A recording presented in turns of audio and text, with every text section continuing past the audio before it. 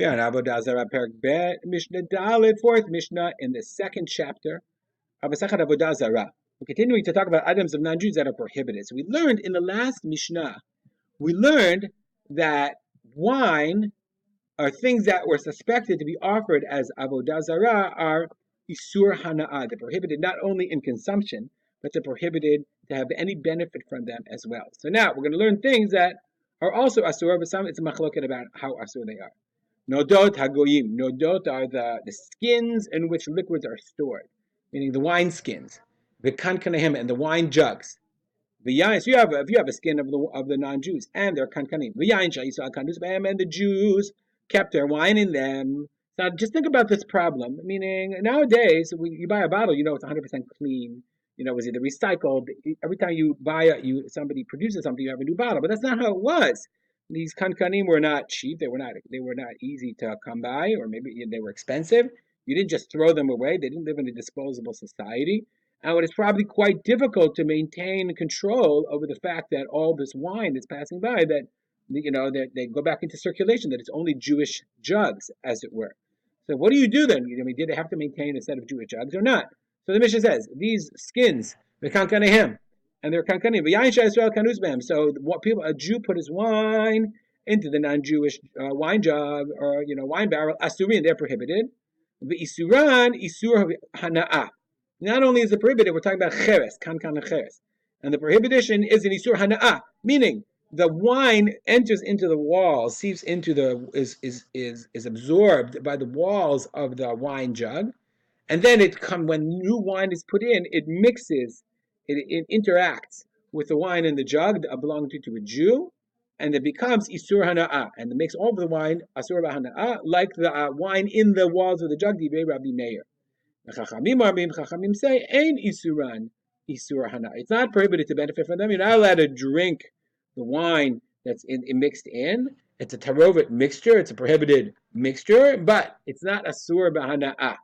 What's the machloket? The Kati says, based on the Gemara, that Rabbi Meir felt that wine that's balua. I'll show you that the term. It's a very important halachic term. Balua. Balua means balua b'toch defanei hakli, meaning a liquid that's balua. We have this in Isur v'Heder also all the time. Okay, the liquid, the yayin nesach of the non-Jew, when he used it, is balua, is absorbed into the walls of the vessel. So Rabbi Meir held that the wine, it has a din of yayin nesech as well, even though it's only balua. Whereas the Chachamim said no, wine that's balua is not considered like wine that's be'en. Be'en means actually present, okay, and therefore it's not like a yayin nesech. It's prohibited to drink, but it's not prohibited b'hana'ah. It's mutar b'hana'ah. You can sell the jugs. Next case, hachatzanim be'azagim shel goyim. Chatzanim and zagim. There's a sediment, what's left, the seeds and the skins of the wine of a non-Jew. Asurin. So that is the din of the wine. V'isuran isur hana'ah divrei Rabbi Meir. And it's prohibited isur hana'ah like yayin nesach. So saith Rabbi Meir. The Chachamim say lachin asurin. If they're wet, then meaning if they're still considered wet, if they have juice in them, or they're considered wet, they're prohibited. Yiveshim mutarim. But if they're dry, they're mutar. What is lachim? Kol shnei masar chodesh asurin b'hana'ah. First 12 months are considered wet. But after 12 months, they're totally dry and they're prohibited even to eat, says that's Chachamim's position. Hamuryas ugvinot beit unyaki shel goyim asurim. V'isuram isur hana di Rabbi Meir. What's muryas and what is gvinot? What are the cheese of beit unyaki? Muryas, shemen shel dagim. It's fish brine. Why? Because they put wine in it. They mixed it with wine. It's anything with wine. By the way, this is one of the big issues of eating in a. Let's say you're eating in a totally vegan restaurant. Many people go to India and they eat in these vegan restaurants. But the wine, how do you know they don't mix wine in? Yes, they don't have any bugs, and they're very careful, and it's totally vegetarian. They don't have any animal products. But they do have wine. They have great products, and it could be yayin nesach. They could put ma'arvim bo yayin. If you know for a fact there's no wine, everyone agrees that it's permitted. So that's muryas. It was because they put wine in it. What are the agalim of beit? What is the cheese of beit? The vinot beit unyaki. Okay, why are they asur? Okay, the isur and isur hana di Rabbi Meir. Chachamim said ein isur and isur hana. It's not prohibited b'hana. Why? Because unyaki was a kfar, was a village.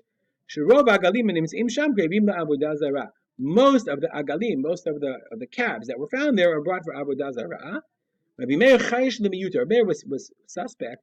He worried about the minority. V'savar. Abagav the rov agalim habu miyuta keneged shar behemot. Yes, most of the calves were brought as Avodah Zarah, but there are many other animals. Again, they milked many other animals. Nonetheless, chayishin on the miyuta. We're afraid of the miyut, and we're afraid that the milk from the animal that was going for Avodah Zarah was made to use cheese.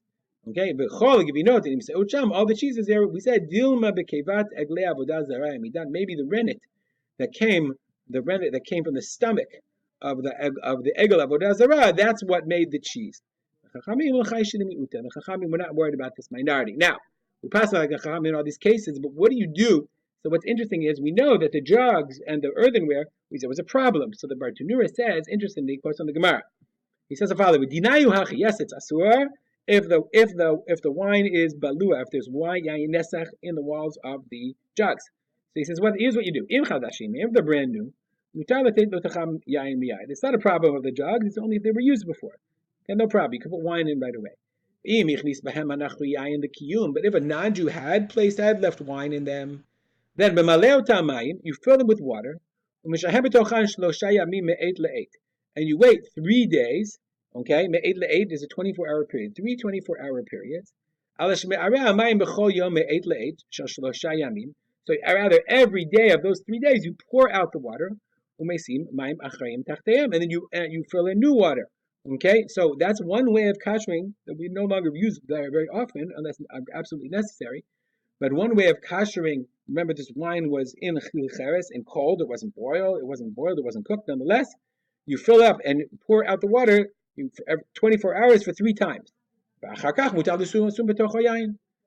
after that, you can wait. It's okay. You can put in the wine. There's another heter, and this actually comes up when people inherit earthenware dishes from like relatives, etc., and they're very precious. If you waited 12 months, during which they didn't have the non-Jewish wine, you don't have to do irui. You don't have to fill up and pour out. Irui means to fill up and pour out, but because after 12 months, we assume that whatever taste is in the barrel itself, it became it became a negative taste, and it's no longer beneficial. We'll stop here. And as we always do, dedicate our learning to memory of my father, Rav Simcha ben Yitzchak Kalman. Have a great day.